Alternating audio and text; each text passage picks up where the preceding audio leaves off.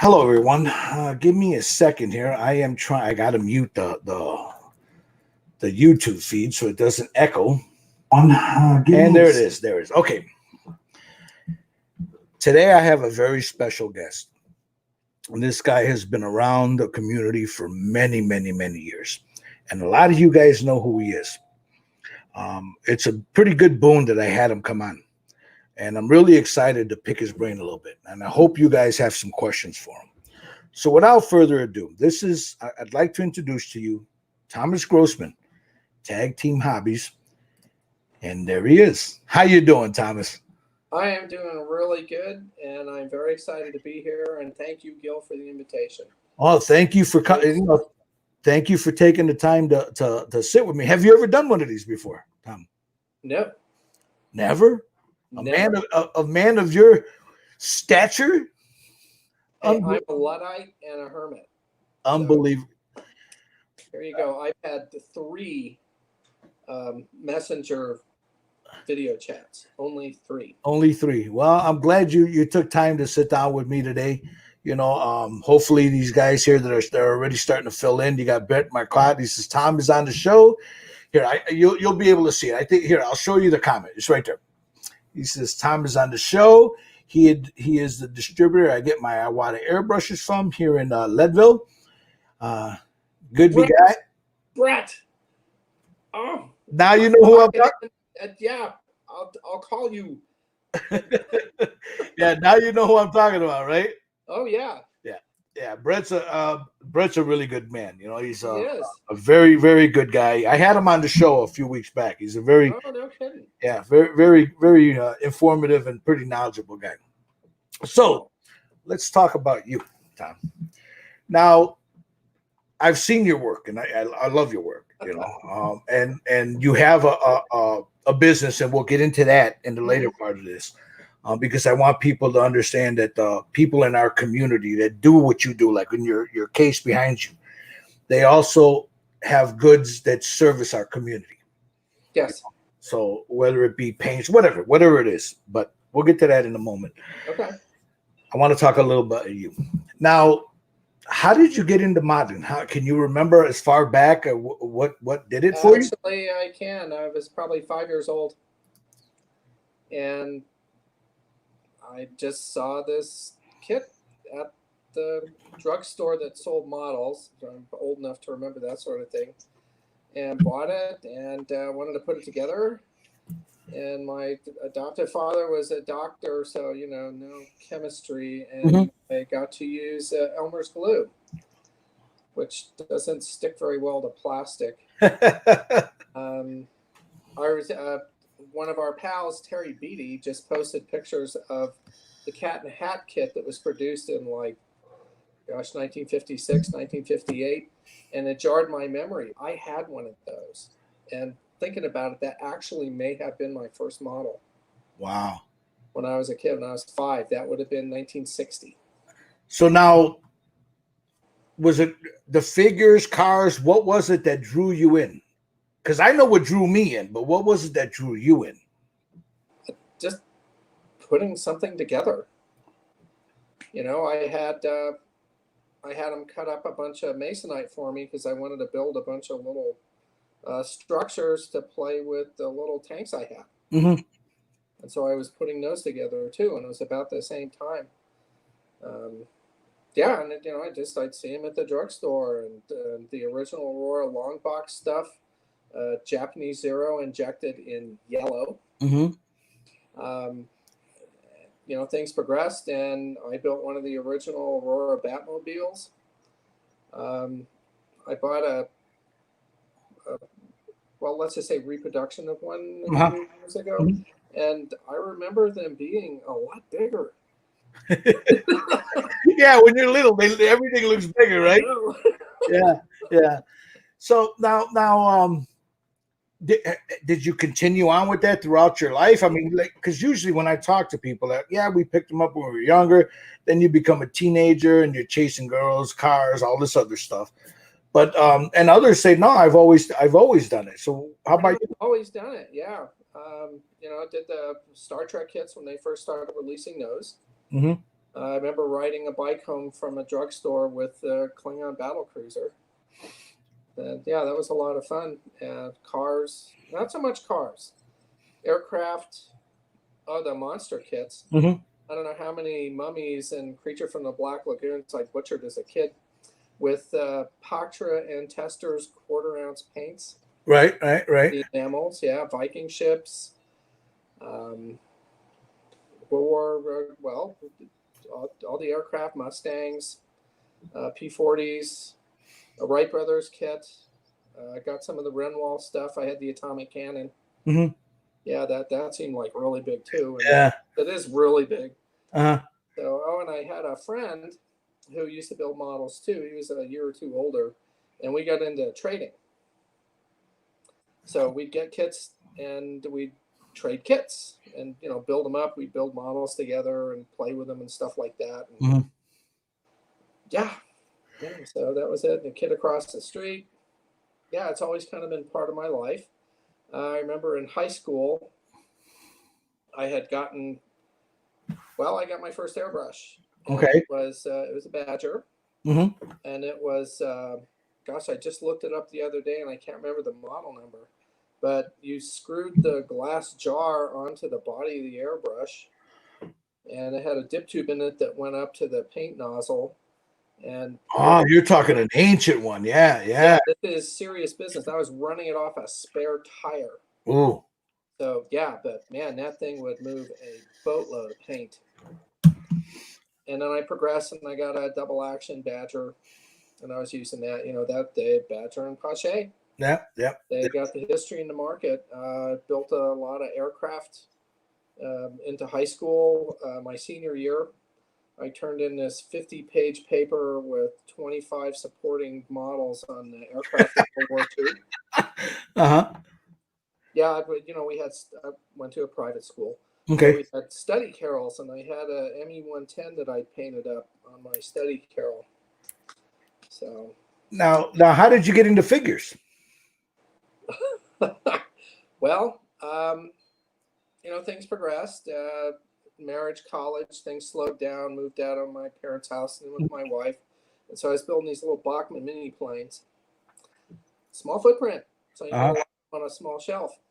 And then I got my degree. I started teaching. Got into computers. We moved up here. Then we got into computers, and I found Gremlins in the Garage. That was Dennis Bohm and the old email bulletin boards or distribution lists. Mm-hmm. And I always liked going into comic book shops and stuff like that. And I started seeing these. Well, they were pretty much recast anime kits, and so I bought some of those. I still have some of them here. And so I got into Gremlins, and they started, they'd see all these pictures and all this really great stuff.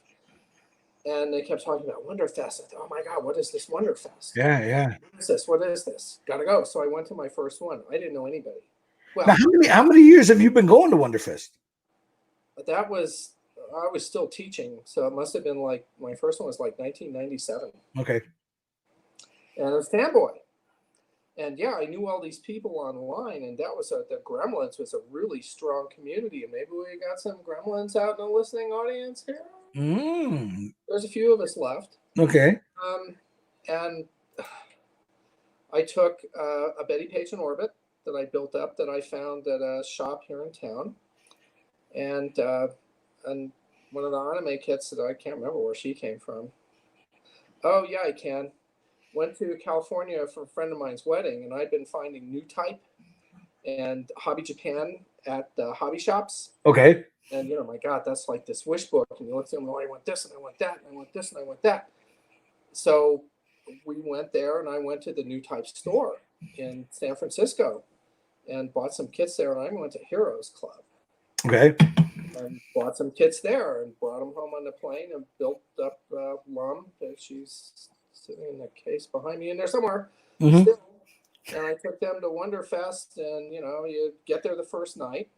I had my own room because I'd never met any of these people in person. Right. And then I started hooking up with all these anime guys from the Gremlins list, and we went walking around looking at everybody's build-ups that they brought. And back then, there was a huge anime presence.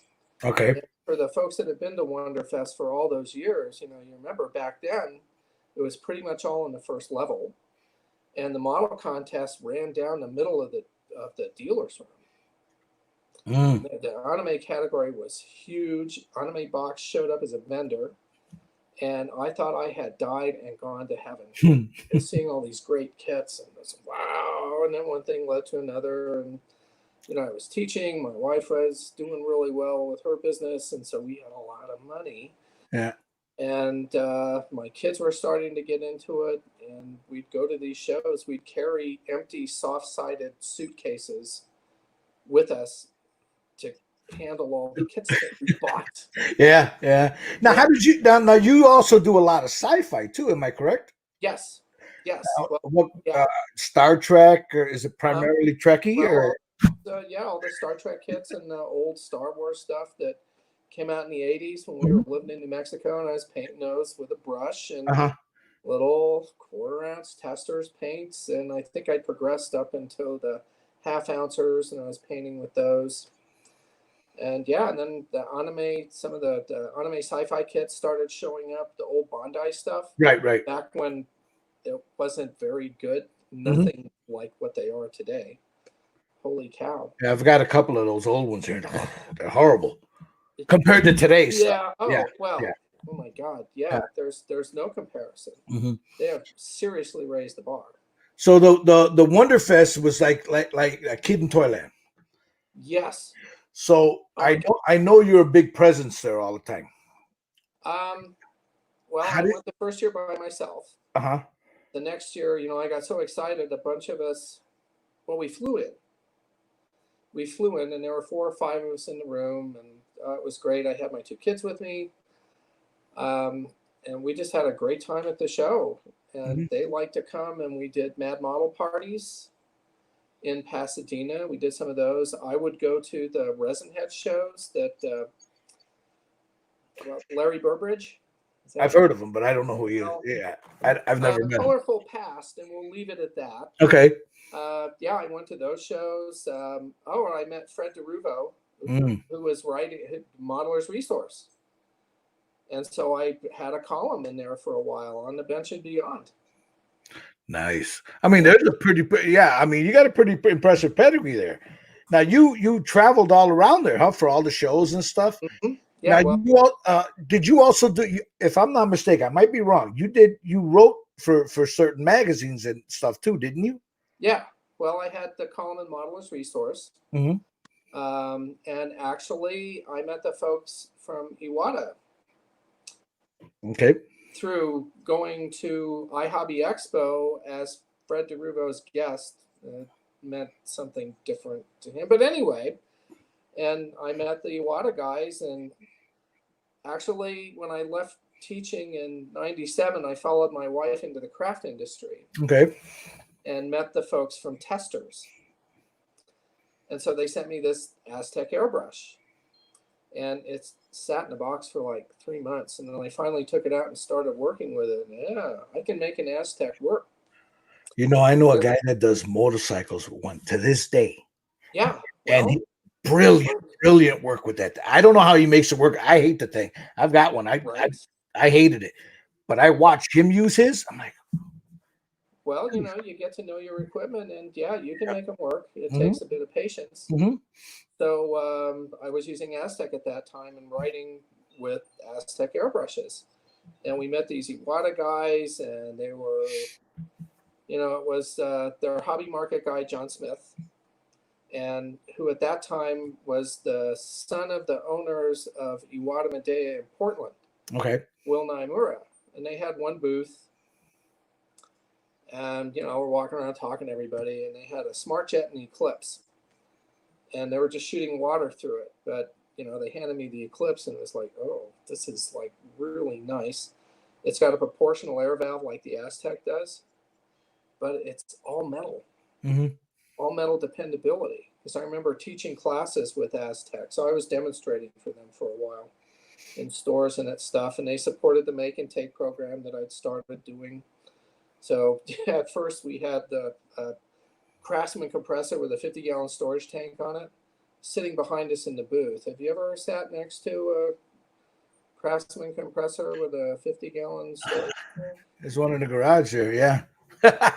Yeah, that thing would kick in and forget it. You're Yeah. not talking to anybody. And I had this manifold made, it leaked like a sieve, so it's pretty much running all the time. So met the Iwata guys, and they sent me a Smart Jet and an Eclipse CS, which I still use. Mm-hmm. It's a great airbrush. Oh, it is. I've replaced the nozzle on it and maybe a needle, but that's about it. Yeah, it's really very dependable. Oh yeah. And I started demonstrating for them. The first show I did for them, it was iHobby. It was the RICTA show back then, the Radio Control Hobby Trade Association. Okay. This was the big annual U.S. hobby trade show, and it was at the Donald E. Stevenson Convention Center in Rosemont, Chicago. Yep. Rosemont, Illinois. Mm-hmm. And oh my God, it filled that place. Yeah. Way out into the boonies, and it was great. I remember the first day I walked into that show, and it was like, wow, 3 football fields of hobby. I remember the iHobby show when they would have it here. The last one, they had the last one here a few years back.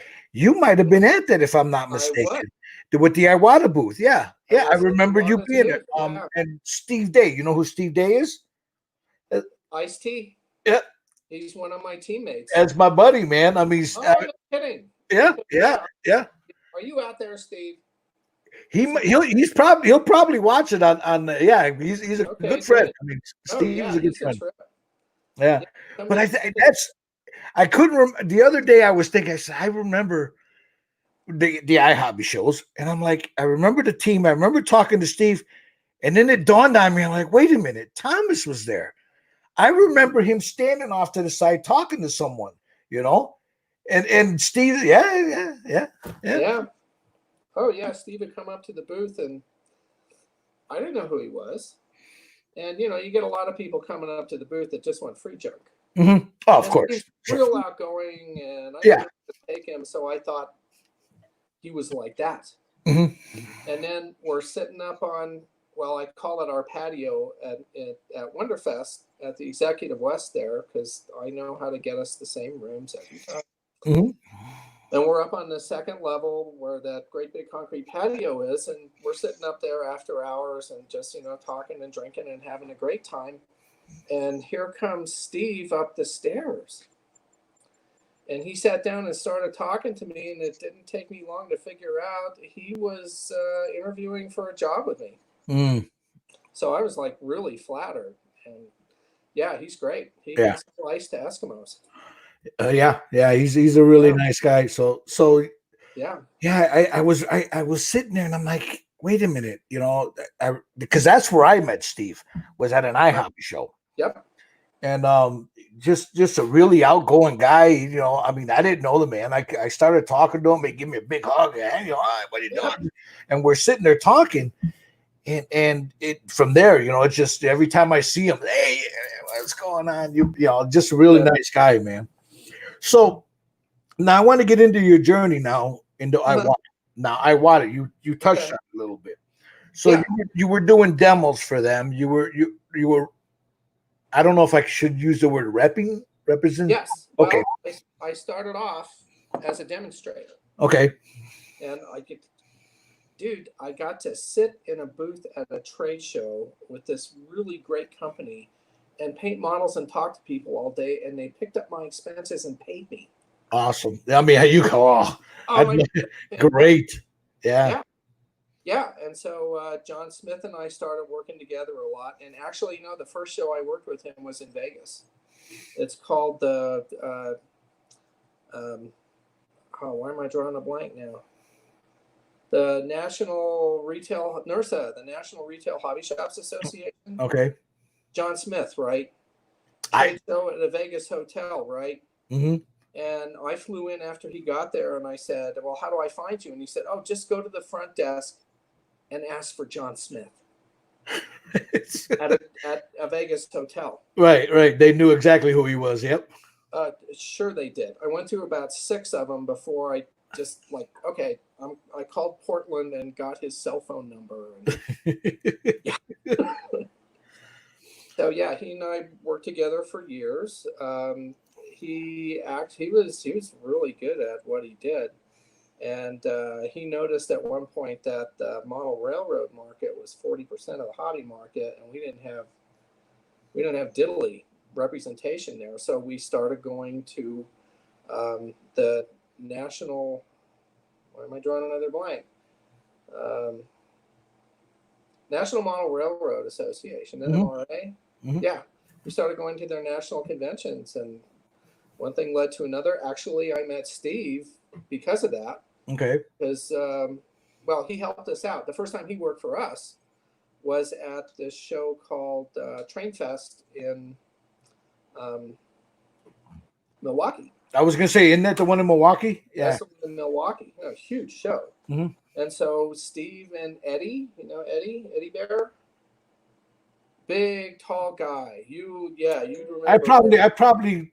You probably met him if you've hung out with Steve. Yeah. Yeah, I don't see Eddie so much anymore, which is really sad. Mm-hmm. And so Steve and Eddie worked the booth. And Johnny didn't come in for that one, and I was sort of there backing everything up. And so, yeah, Dave, that guy can sell ice to Eskimo. So I'm doing the demonstrations for him. And at the same time, I'm working the craft industry with my wife. Mm-hmm. And I became what was at that time the Hobby Industry Association, the HIA. Okay. The hobby thing was kind of a coincidence. Okay. Because that's the craft market. Mm-hmm. So my wife was into polymer clay, and she started building a relationship with the American Art Clay Company, who was FEMO's U.S. Distributor and retailer at that point. So we started working their booths, and I got certified as a demonstrator, And I'm in there at their booth, doing my thing with wire form and plaster cloth and painting up all these landforms and stuff. And there's all these suits hanging around at the booth. And, it was a whole lot more formal than the hobby industry ever was. Mm-hmm. And I didn't know who they were. So, it was just being my smart ass self. And lo and behold, one of them was Amico's vice president in charge of marketing. No kidding. And he liked my style. And so he hooked me up with this old guy that worked out of Phoenix and was their rep in the Mountain States. And so I started working with him as a sales rep. And, I knew John. And so next thing you know, I'm Iwata's hobby rep in the Mountain States. Well, Actually, they didn't have territories for hobby. So, anywhere I could get business, it was my Right. account. Right. And so, just one thing kind of led to another. The art rep that had the Mountain States, it didn't go so well, so they let him go. So here I am. By default, yeah, there it is, right? Yeah. Yeah. So I became their art rep too, and so I started working in, to doing the sales repping, and I'd go to the shows as a rep, and still demonstrating in the booth and working the shows with Iwata and stuff. And then I thought, well, gee, maybe we should sell at Wonderfest. It's out of my territory. Mm-hmm. So we rented a van that year. It was the first time we rented a van. And a bunch of us drove in. We decided we're going to drive in overnight, 18 hours. Right, it's a long drive, and, yeah, we had a little booth. I can't remember who was near us. And I had my kids with me, and it went really well. And so I started doing more of that, being a little bit of a distributor. Mm-hmm. And so we decided that I'd make more money being the dealer distributor than the sales rep. And at that time, the craft market was starting to go sour. Okay. A lot of my big distributors in Salt Lake City, and oh my gosh, those guys would order tens of thousands of dollars and making all this money as a rep. It just dropped off. And the trips weren't paying for themselves, and I didn't feel right taking their money if I wasn't out in the field. Yeah. Pressing the flesh and seeing these people's stores and all this other stuff. So I let all that go, and I kept Iwata for a while. But that dealer distributor. So now I know you still service Iwatas, right? You do that regularly. Am I correct? Well, I think this happened when I turned 60 or something, and I realized, gee, I got all this accumulated knowledge. I should actually do something with it. So I started taking in airbrushes for service, and that's really picked up lately. Yeah, and I bet you see all kinds of nonsense on those. Oh, I used to do it for friends, and God, what I would get. I clean my airbrush all the time. No, you don't. Yeah, I tell people all the time, you think that thing's clean? Let me show you what clean is. Oh yeah, you pull all this stuff out of it. Or you get these guys that'll use I don't know, some kind of a clear, or they shoot future through it and they forget to clean it, and then they can't get the needle out. Right. And then they want to throw the thing away. They'll send it to me like, hey, can you?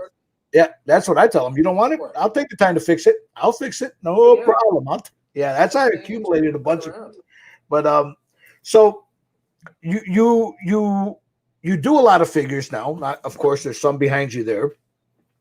When you do them, is it primarily airbrushed, or do you? Well, I know we use a medium of both. There's a paintbrush and an airbrush involved. Right. I tell people. Some people say you didn't use you don't use a paintbrush on there. Well, if you're painting a figure, eventually you're going to have to use a paintbrush. Yeah. I've never met anyone that can do a figure. I mean, there's some amazing paintbrush guys, airbrush guys out there. Eyes. Yeah, they're gonna have to use eyes. Yeah. Eyes, eyebrows, eyelashes, things like that. How long do you think it's going to take you to mask off that pupil, so you can just do one tiny little shot? I'll tell you what, you're talking about masking. It took me longer to. I'm painting this for my grandson, and it took me longer to mask off the ears than it did to paint this and the ears. That's how long it took me to mask them off. Yep. So it's fun. I love doing it. I've been doing it since we must. Yeah, in 1980, 83, 84. Okay. My wife and I, we went to here in Chicago. There's a place they used to call it's still there. It's a big mall called Ford City. It was right by the Dixie Cup company, and there was Tootsie Roll and all that all around it. But in that mall, they had a section called Peacock Alley. And that's where you would go down there and you'd get all the people, with their crafting and all this other stuff. You could find all kinds of stuff down there. Mm-hmm. My daughter she had to be about maybe 6 to 8 months old. And there was a guy down there airbrushing. Now, at the time, I used to do a lot of charcoal work, pencil work, pen and inks. I was a tagger as a kid, and then we went ahead and there's a lot. We did murals on walls, for the city. They would summer programs. They would, So I told my wife. I walked up, and I remember the kid. He's a young Puerto Rican kid, real good, hell of an artist. And I walked up to him. I says, "Can you paint a bib?" I think it was a bib for my daughter, and I wanted him to do the Roadrunner, and it says "Meep Meep" because that's what I call my daughter, Meep. And he said, "Sure, I can take care of it." My wife says, "No, you won't." I'm like, "Well, why not?" She says, "Because you can do that." I'm like, "Nah, I don't have an airbrush." Now, we didn't have a pot to piss in. We were just dirt poor.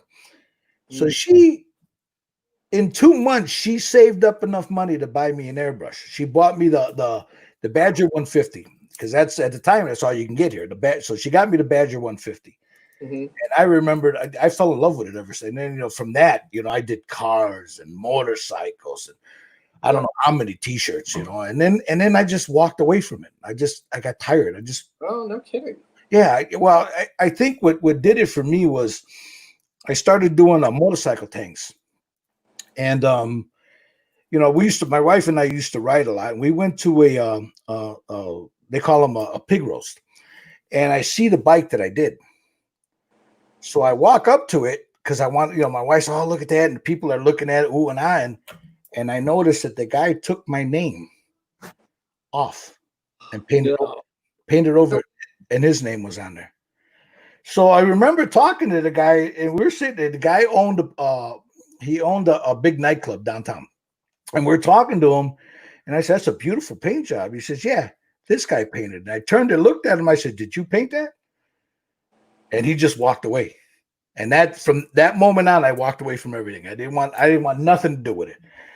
So then I picked it back up about 8 years ago, you know, and I just pulled everything out and dusted them off, cleaned everything. And then, and that's when I found Iwatas, because I wasn't I knew what they were. I just never used them. Mm-hmm. Now I love a Badger airbrush because that's what I learned on. But I tell people, it's whatever you're holding in your hand. If you get used to it, whatever works for you. Right. I tell people, if I want to drive a Porsche, I'll grab an Iwata. I mean, it's a beautiful airbrush. What can I say? My workhorses are my Badgers. I mean, there's two of them in front of me, and there's two Iwatas there. I've got the HPCH right there, and I've got an Eclipse right next to it. So there's 4 airbrushes I have in front of me. It's whatever my hand reaches for. That's what I use, Gotcha. But an Iwata, I mean, they're beautiful airbrushes. They're beautiful airbrushes. So that's how I got into it. It was my wife. All this is my wife's fault because she bought it all. For the most part, she pushed me to do something when I broke my back. But I remember, this Wonderfest thing. I know you're a big presence there now, right? Am I correct? Yeah. Yes. How did that evolve? Well, just the relationships you made. Yeah. Well, when we started going, we had our little vendor table, and the show ended, and we didn't have anything to do at night. Mm-hmm. And we used to take models and supplies and tools with us, and we'd work on kits there. And so, I was just another vendor at that point. And so I remember this was before they remodeled the hotel. And some of the listening and viewing audience probably remembers what that was like. Out by the pool, there was this big covered area, and they had giant tables there. And so we're all just sitting around there one night, working and airbrushing and talking and showing each other tricks and stuff like that. And the sci-fi guys were having their parts dump. And so, this big pile of parts and a lot of beer and a lot of getting louder and louder and louder. And so the security guy comes out and says, "All right, everybody out of here." And we're like, "No, it's them. They're making it's them. They're the ones doing it." No. And so at that point, I decided, we need a room for after-hours modeling, so this won't happen again. So that's when I started talking to Dave Hodge a little bit more. Okay. And so he set us up with that room, and we did that for a few years. And, people would come in, and we'd just sit around and build and yak and paint stuff up and look at the kits that we just bought and start them sometimes. You can't have enough started models. Mm-hmm. It's a sickness. Maybe you noticed. No, it is. Oh, yeah. It is. Now, why would, if someone's never been to Wonderfest, why would you recommend them go? It's like the National Convention for Sci-Fi and Fantasy Modeling. Because as you pointed out earlier, you are going to see unbelievable talent there. All these garage kit companies, you see their stuff online and stuff. It's all there out on their tables with built-ups. And you can talk to the manufacturers, the producers, and you can meet these build-up artists, and it's grown into something just so wonderful. They bring in stars out of the TV stuff that we grew up with as a kid. Okay. Marta Kristen comes to mind right away. Steve Iverson, a Cult TV man, had her come in as a guest. Judy Robinson in the original series. Yeah. She's been there a couple of times. Greg Nicotero, a big horror fan. Mm-hmm. He's been there. Gary Lockwood from 2001. Yep. Rick Sternbach. I hope that name rings a bell. He did a lot of artwork for Star Trek, stuff like that. Oh, he's a kick in the pants. He's so funny. And what was the guy who designed K9? Brett. He's a Brett guy. Matt. Oh, I should know this. he's been there with his wife. She's a kick in the pants too. This little petite woman, but boy, she's a real pistol. Yeah. So they invite all these stars in, and you can come and talk to them and sign autographs, and they hang out after hours. So you never know who's going to walk in. Now that is a 4-day event. No, it's only 2. It's only 2 days. Yeah. 2 days. 2 days. Yeah, that's not. They need to make it a 4-day event. But yeah. Well, I've had this conversation with people so many times, and a good friend of mine from Canada, Ross Waddell, Uh-huh. now does the awards presentation at Wonderfest. He does all the computer work behind the scenes. He said, you need to do Wonderfest 3 times. 3 times. Once to see the vendor room. Once to hang out with all your pals, who you only get to see once a year. And then once to, get in the candy store. Yeah, you're like, you will be a kid in the candy store, and you better bring a lot of money. Yeah. You're gonna want to buy everything you see. So yeah, everybody that's like I said, I've been there once, and every time I've made plans, something has happened. But I plan on going. I would have liked to have gone this year, but which brings me to Wonderfest. Yes. Now I know George was a primary mover in that. George was a great guy. His idea. Yeah, and man, but I bet you that guy had to drive you guys nuts. I mean, just to put it together had to drive you guys nuts. Well, I was kind of a grunt, and I have grunts too. I run all my stuff with volunteers, so I love my grunts. Grunts rock, man. But yeah, I was pretty much a grunt. George contacted me and asked me if I wanted to be involved. And it's kind of funny, and I don't know. Yeah, I have shared this with him. He called and left a message on the office phone over here. And he wasn't very specific at all. And he said, oh, I got something I want to talk about with you. So give me a call when you get a chance. You ever had somebody call and tell you that, and lo and behold, it's Amway? You're like, excuse me, I mean, I don't know if I want to answer this call. Yeah. Yeah. No, and I've known George. I met him in person at my first Wonderfest. Mm-hmm. But I knew him before that because he was very instrumental in a hobby trade organization called IMMA, the International Model Hobby Manufacturers Association. Okay. And this was back in the 90s when I was working with Aztec and doing make and takes. And he was providing geometric vinyl Star Trek kits, a lot of times free for make and take programs. Mm. So that's how I met George. And, I met him at the first Wonderfest, and he has been a real advocate for the hobby the whole time. Yeah. Those kits, those Star Trek kits, he did everything the way you're supposed to. He went to the Paramount. Right. And got his kits licensed. I saw an interview with him. I think there was an interview with him that they did locally, and he was talking about that. Oh yeah, George is a remarkable guy. He's a judge. And, I mean his whole backstory is remarkable, and how the whole backstory of it. Yeah. No, he's a great man. Yep. So I was thinking, no, that's way out of that's not the guy I know. And in the meantime, he'd also called my pretty much second in command, Rob Schmidt. Mm-hmm. And Rob was there, so he picked up his phone. And Rob told me what George had in mind. I thought, that sounds more like George. So I called him right away, told me what he wanted to do and what the rationale was. Because, good chance we knew at that time that Wonderfest was being postponed. Okay. Well, when a show gets postponed like that, or even canceled, they take a hit.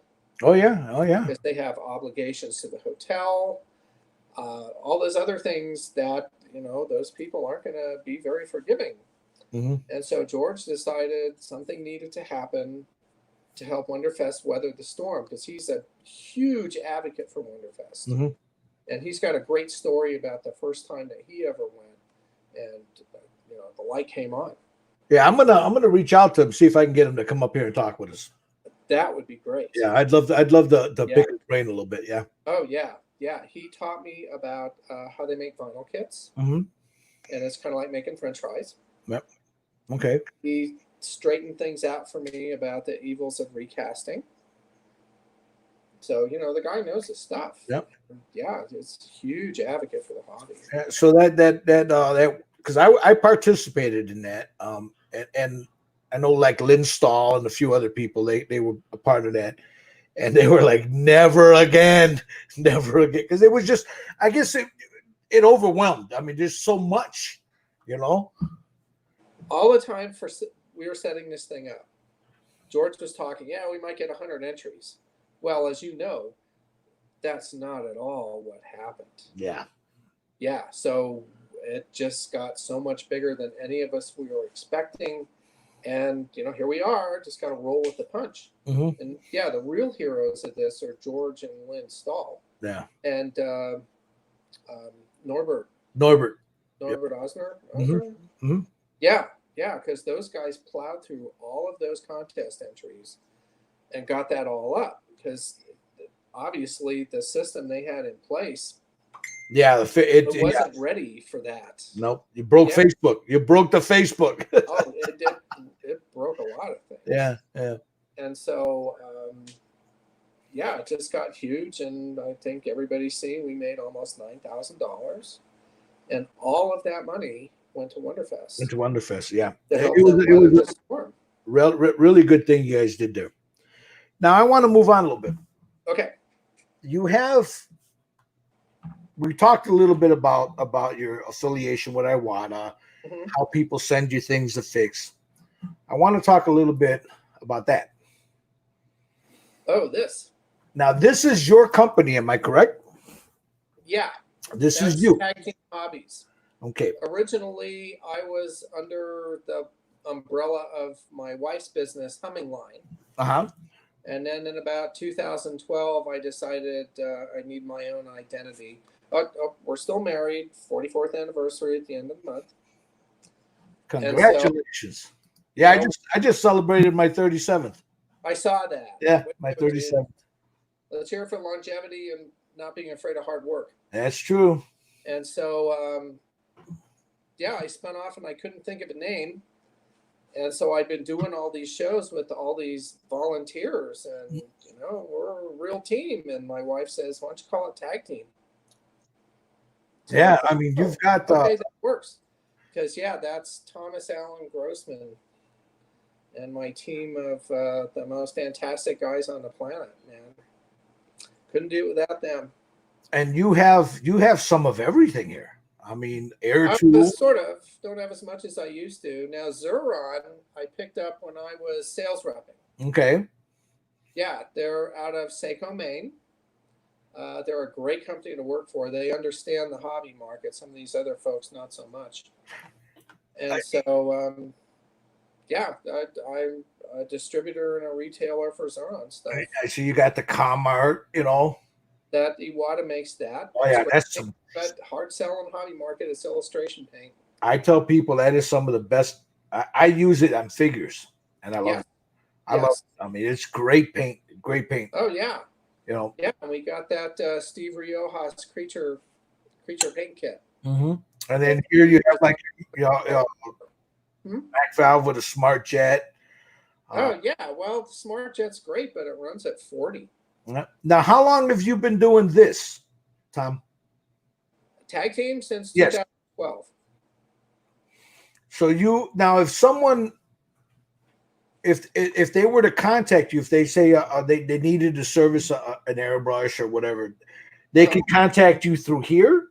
Yeah, and through Tag Team's Facebook page or Thomas A. Grossman's public on Facebook, which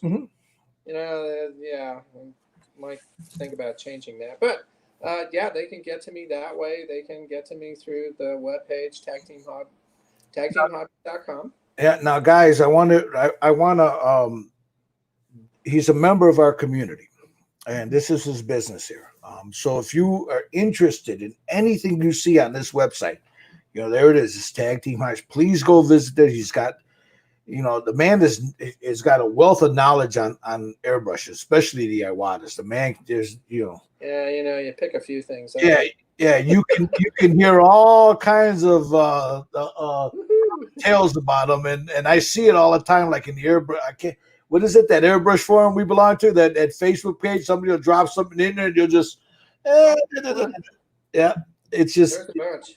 yeah. But he's got, as you see right here. There's the Air Tool products. Those are the masks and stuff. Yeah. Sharp and Air. Good for models because they tend to run kind of big. Mm-hmm. Well, they do have some small ones though. No, yeah. those I'm sorry, those are from my Wada, the little ones, the little grunge ones. Oh, the texture effects? Yeah, the paper ones. Yeah, those are our tool products. Yeah. Yeah, those are great. Oh, I love them. I use them all the time.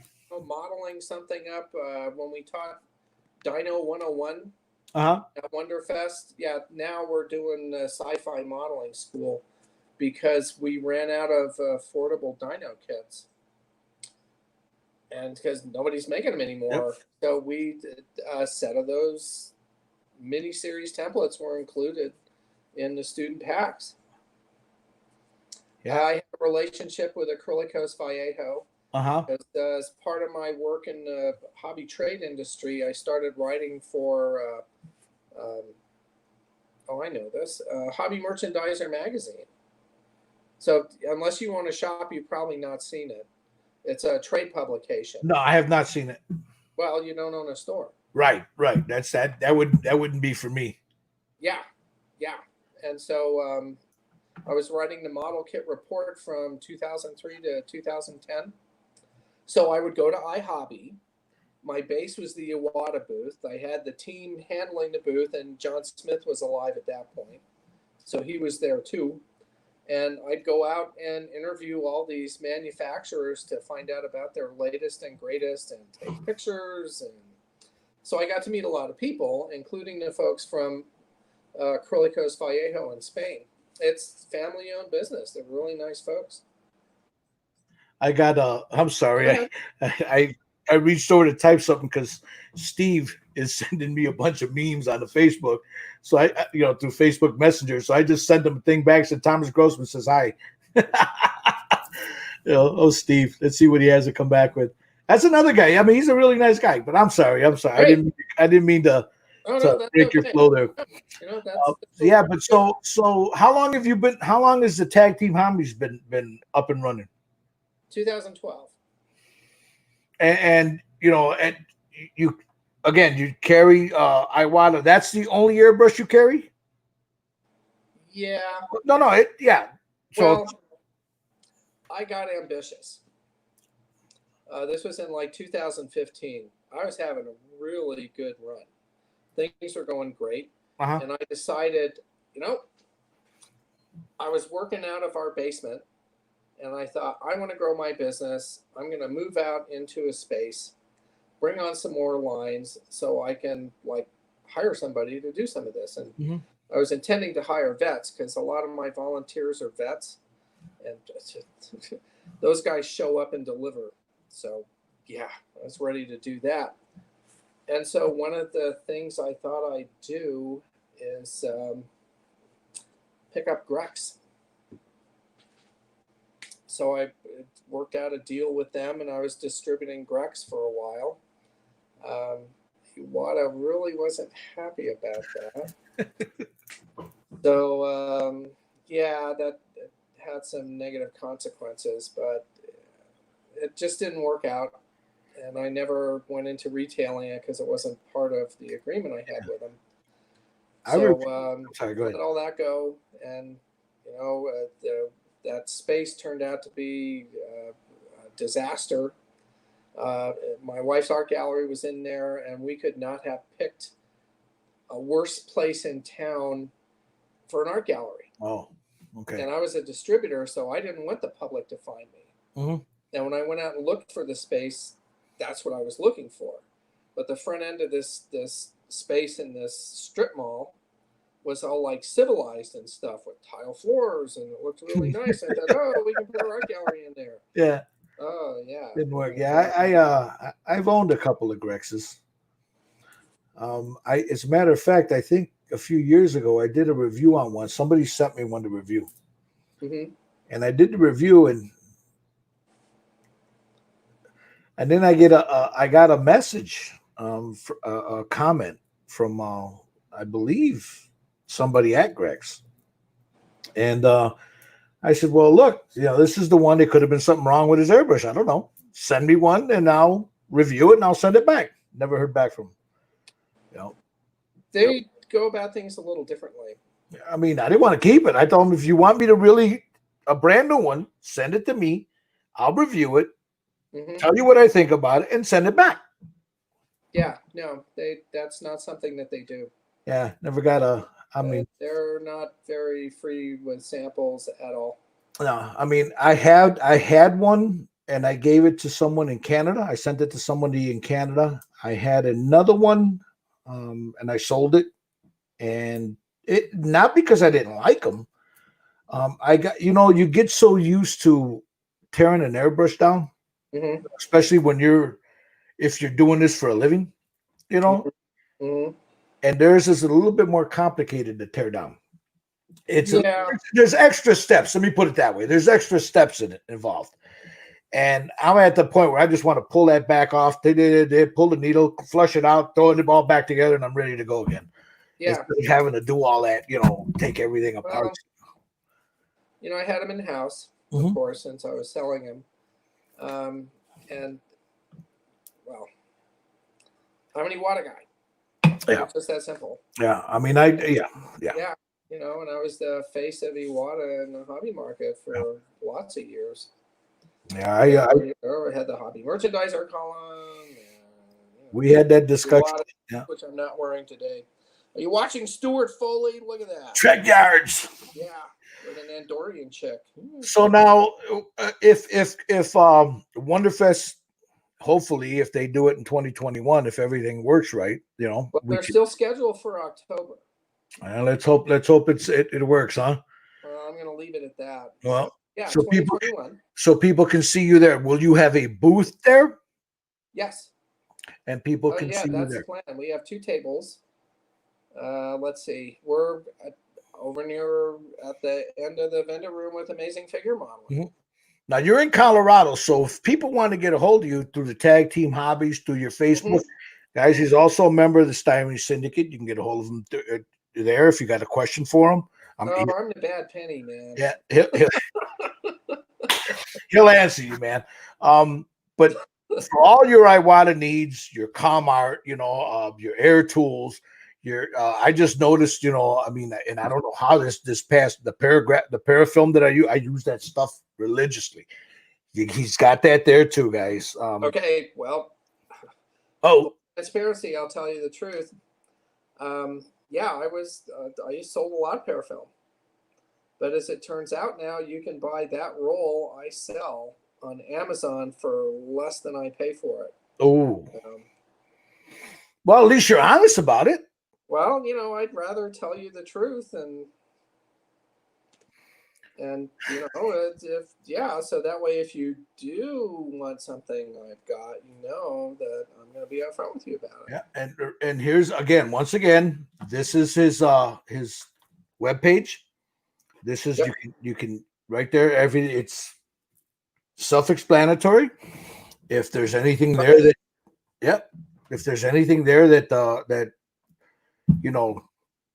pickles your fancy, there it is. I do this page myself with an HTML editor. So I've been told it has a retro flavor, but it loads up fast and it works for you, right? Filled with mistakes. And if you see something and point it out to me, I will be eternally grateful. And I might even know how to fix it. Well, so, hey, Tom, people have told me, hey, get on this service where, you build it on their webpage. I'd have to build everything from scratch. Yeah. I know how to do this, and it works well enough. And honestly, I don't advertise that page. I do. I'd rather be the distributor. I do all the time when people ask me. I tell them, go see Well, him. You know, if so I'm looking for a Niwata, go see him. Don't buy that on Amazon. Go see him because you don't know what you're getting on Amazon. Well, you don't know who you're buying it from. Exactly. I mean, I know people that have bought airbrushes on there. They get them home. They get them as they're a mess. They don't. Oh, it was used. You don't know what you're buying on there. Well, I've sold used ones, and I call them refurbished. Well, yeah, but these are supposedly new. Oh, no, you buy stuff off that website. Well, look at what happened to Kenny Conklin. You know Kenny Conklin, right? Ew. And he gets those. His friend buys those Badgers. They get them, and they're junk. They're not because they're Badgers, but they were messed up when he got them. So he had to refurbish them and buy parts for them.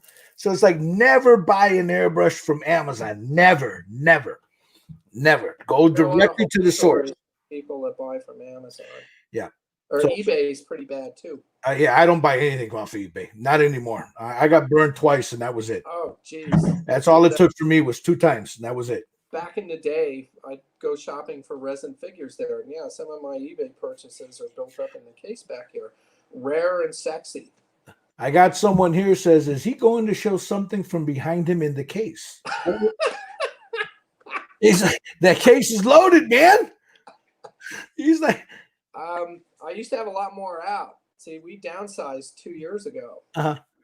And I had 4 cases filled with stuff, and most of it's out in the garage behind me here in a big pile of boxes. Well, yeah, we can look around. Give us a little tour if you can move your iPad there. Let the guys see. That's my Bird Mobile nice paper Merlin. And well, let's see here. I'm trying to do 2 things at once. I can't take credit for her. Her. I can't take credit for her. That's a Jerry Buchanan. Is that the Raquel Welch figure? Yeah. Okay. It's not Primeval Princess. I can't remember what it's called. He did that in Modeler's Resource back in the day. Isn't that one movie, 1 million years BC or 40 million, yes. something like that? Okay. Yes. Oh, yeah, I love that flick. That's some. I had stuff. That poster on my wall when So did I. The kid. Oh, yeah, so did I. Let's see what else we got. Yeah, I was into, there's some of the anime girls. There's Bunny Lum, who got a silver at my first Wonderfest. Well, let's see. Let's get her face. Let's get her face. Wow. Yeah, that's Bunny May. She was rare and sexy off of eBay back in the 90s. And then the chick with the red hair. Yeah, she was also a Lum kit that I saw in Hobby Japan. And, you know, they had her in a black costume, no big deal. And so... that looks like a Star Trek outfit you put on her. Oh, no, I'm talking about the bunny girl. Oh, okay, you're talking about the bunny chick. Okay. Yeah, and so I bought her. Well, I ordered her off eBay from this guy. I remember his name, but we'll leave it off for now. And he never sent it to me, and I finally had to go to eBay to get my money back, which they did. And here I am years later walking through the vendor room at a Mad Model party in whatever that little town was in Illinois. And I walk around the corner and I look down and there's the kit. And I look up and read the guy's badge. It's him. Oh my God. And, you know, I just started laughing hysterically because, wow, dude, no kidding. So I bought her. She was a horrible recast. I mean, horrible recast. And so I had a thing for bunny girls and started building all these bunny girls. And I did her as Bunny Meg. That's Vance Radzinskis at Bad Fairy or Nut Hut Productions. Okay. That's originally Erin Esurance. And she was in this jumpsuit cut down to about where her navel was. And she had these big packs on her legs. And, you know, this is like my all-time favorite women's science fiction uniform. The original series tunic. Yeah. So I fixed her. Nice. And now she's, let's see, I either call her Ensign Erin or, what was it? Erin Enterprise or something like that. Quote by Energize. Nice. yeah, but I did her phaser.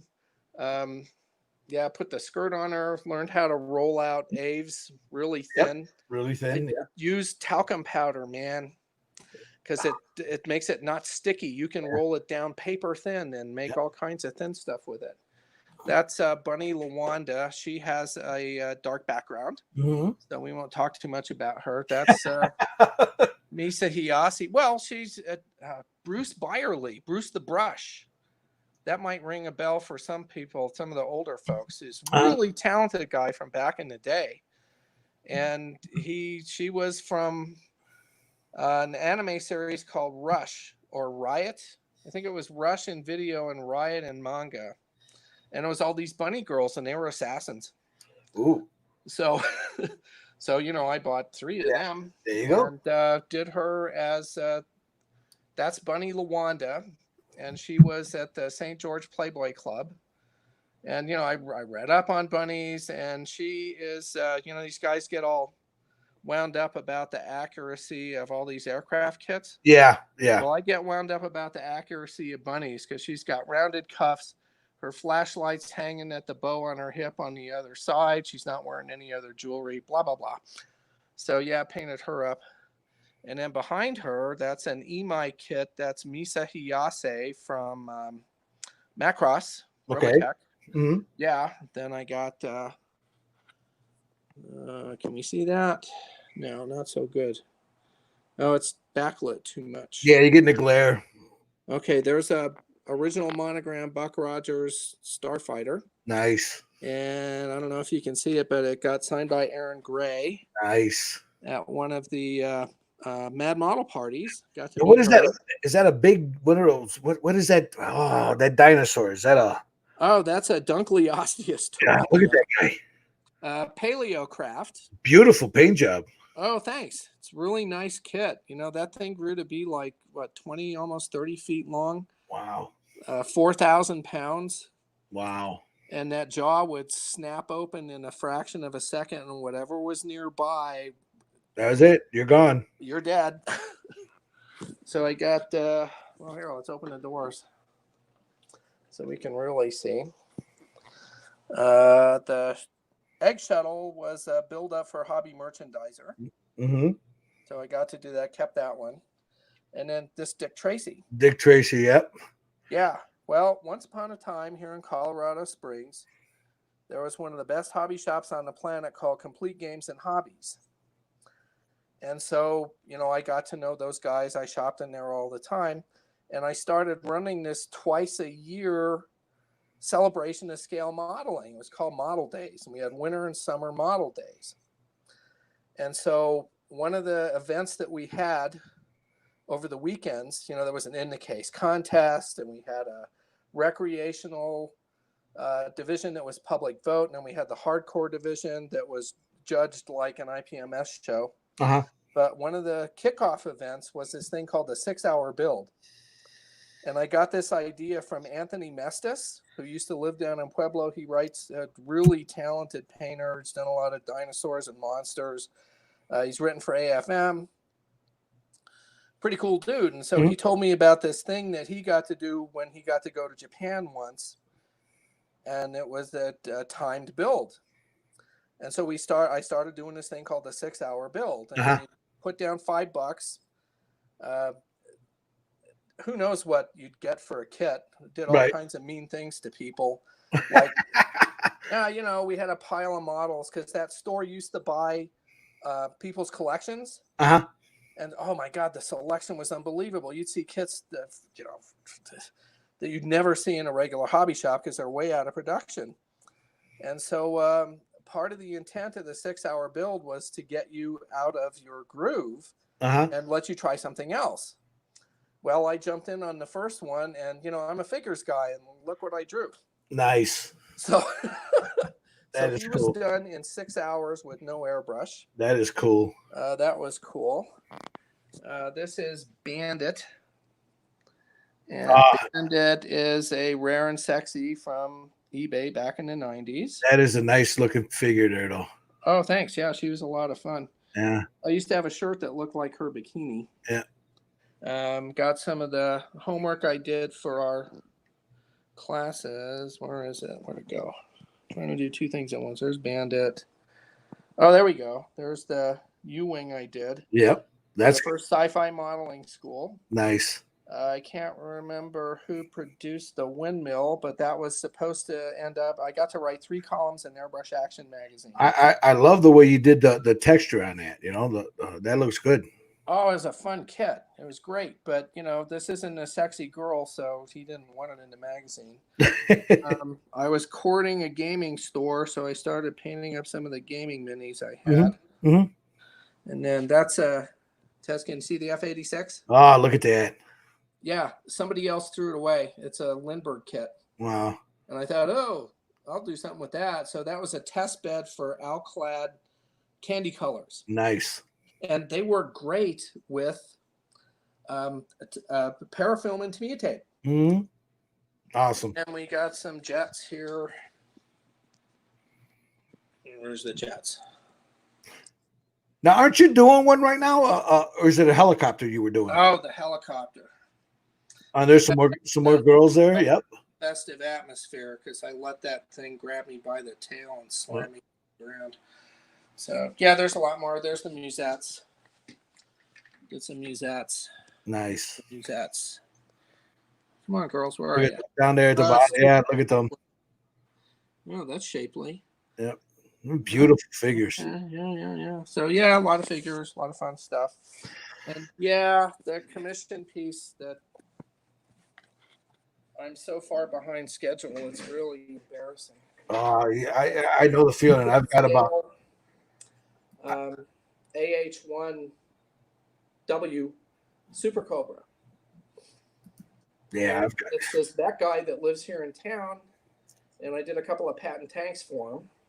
One of them, he was going to give those to a friend of his who served in Vietnam. One of them was going to look like that guy's tank, and the other one was going to look like out of the paint shop. That was fun. The painting the tracks, man. Yeah. So he commissioned me to do this damn helicopter, and he would have been fine with it out of the box, but oh no, we can't have that. So, you know, photo set and a lot of resin parts, and I'm 3 months behind schedule, and it's still not done. So yeah, I have to sit down. As a matter of fact, the guy that's upstairs right now, they came over for dinner. And I told them, you guys are going to have to wait. I got something I need to take care of, and it's very important to me. So they're upstairs. They can wait. But I have to do, I did 2 of them for him, 2 figures, and now I have to do a Bradley. A what? A Bradley. Oh. M2 Bradley. Fighting vehicle, yeah. He served in one in Kuwait, and he's, you know, and I hate doing armor. I used to love it. I fell out of love with it. What happened with me was the figures. Once I for me, a figure, I'll get something that is just devoid of any color, and then you start adding color to it, and they just come out. You know, right? You know, and to me, I mean, that's where I love to do. You know, I mean, I just went full blown into them. And I've got a room full of armor kits and all that. And I told my grandson, they're all yours. You can have them. So he walked in there with spaceship parts. Yeah. Thomas, I want to thank you. Thank you. Thank you for doing this. I really appreciate it, man. You made my day. You know, we could go on and on and on, man. No, my gosh, it's after 3 o'clock. Yeah, it's already 4 here. So, but we've Colorado and all that. Yeah. But I want to thank you, guys. Remember, if you're looking for any Iwata airbrushes, Com Art, air tools, I mean, check out Tag Team Hobbies. He's very easy to find. You know, if not, if you had a question for him, you also have a Facebook forum. Yeah, Tag Team Hobbies on Facebook, and I have a YouTube channel now. Because I've been doing those Stone Age videos, and it's Tag Team Tom. I know, I saw that. Brett, I will be on the phone with you Monday. There you go. It's been too long. Yep. But thank you, Thomas. You have a great Sunday, man. I appreciate you doing this, man. You take care, my brother. Modeling, folks. All right, bye. Well, there it is, guys. Thomas Grossman, Tag Team Hobbies. I want to thank him for coming in. I want to thank you guys for watching. The man's got a lot of knowledge there. Check him out. Check out his Facebook pages. Check out his site, guys. You won't be sorry. You guys have a good one. Thanks for watching. Gilbert, Red Dragon Modelworks, saying again, be good to each other. Be kind to your children. You know, leave the drama to the queens and build a goddamn model, brothers and sisters. Take care. Good night.